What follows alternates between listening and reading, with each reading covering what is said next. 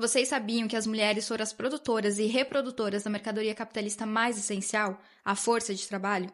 É o que afirma Silvia Federici, autora de O Caliban e a Bruxa. Oi, gente, nesse terceiro episódio eu vou falar sobre esse livro aqui, O Caliban e a Bruxa, da autora Silvia Federici. Buscando uma explicação para as raízes da exploração social e econômica das mulheres, Federici analisa a transição do feudalismo para o capitalismo, evidenciando como esse período foi decisivo para destruir o mínimo de controle que as mulheres haviam exercido sobre os seus corpos, principalmente sobre a sua função reprodutiva, e como serviu para o desenvolvimento de um regime patriarcal ainda mais opressor, que resultou em uma divisão sexual do trabalho, confinando as mulheres ao trabalho reprodutivo.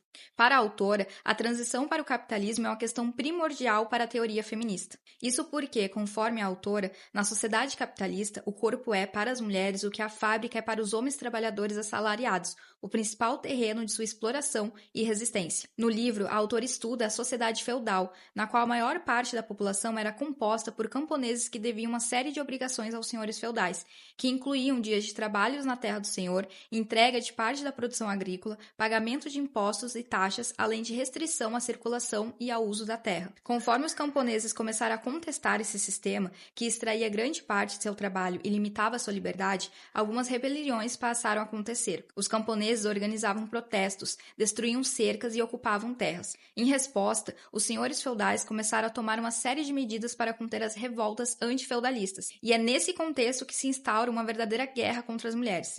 Para conter a ira e a frustração dos camponeses, os senhores feudais passaram a direcionar essa violência contra as mulheres.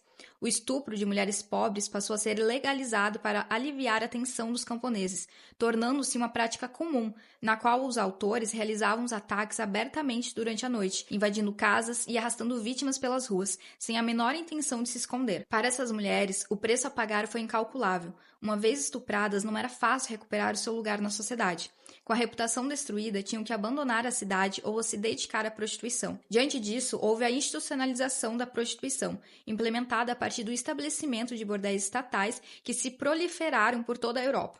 A prostituição gerida pelo Estado foi vista como um remédio contra a turbulência dos camponeses. A legalização do estupro criou um clima intensamente misógino que degradou todas as mulheres, qualquer que fosse a sua classe. Também sensibilizou a população diante da violência contra as mulheres, preparando o terreno para as caças às bruxas, que começaria nesse mesmo período. Um elemento decisivo foi a peste negra. A epidemia matou entre 1/3 e metade da população europeia. Com menos trabalhadores disponíveis, a mão de obra se tornou valorizada e surgiu entre os estados europeus a necessidade de restaurar a proporção populacional desejada. Um desejo quase fanático por aumentar a população predominou em todos os países, e no final do século XVI foi estabelecida uma nova percepção sobre os seres humanos, que passaram a ser vistos como recursos naturais que trabalhavam e criavam para o Estado. Produzir riqueza significava também produzir trabalhadores, e a capacidade reprodutiva das mulheres tornou-se estratégica para esse projeto. Foi nesse contexto que o corpo feminino foi transformado em instrumento para a reprodução do trabalho e para a expansão da força de trabalho, tratado como uma máquina natural de criação.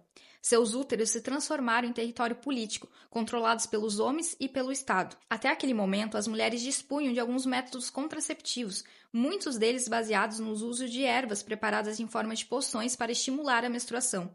A partir daí, a reprodução deixou de estar sob o controle das mulheres e passou a ser organizada de acordo com as necessidades da expansão econômica. Essa guerra foi travada principalmente por meio da caça às bruxas, que literalmente demonizou qualquer forma de controle da natalidade, da sexualidade não procriativa e incentivou o casamento. Ao mesmo tempo, foram introduzidas sanções severas nos códigos legais europeus destinadas a castigar as mulheres consideradas culpadas de crimes de contracepção e celibato.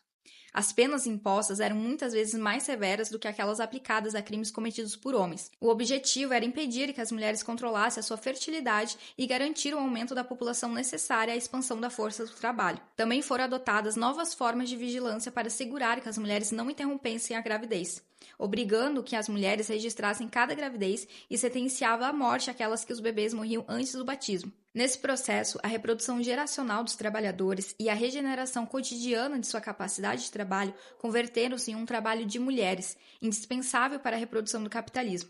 Imaginem nos dias atuais se nós, mulheres, perdêssemos o direito de usar anticoncepcionais e fôssemos obrigadas a levar uma série de gestações adiante a mando do Estado. Para Federici, se o capitalismo foi capaz de reproduzir-se, isso se deve à rede de desigualdades construídas sobre o corpo da mulher e à sua capacidade de globalizar essa exploração. O controle da reprodução das mulheres foi uma das bases nesse processo, que começou há cerca de 500 anos e continua se desenvolvendo sob diferentes formas até os dias atuais. Bom, esse foi o livro do episódio de hoje. Muito obrigada a quem ficou até aqui. Me conte o que acharam nos comentários, curta, compartilhe e até a próxima.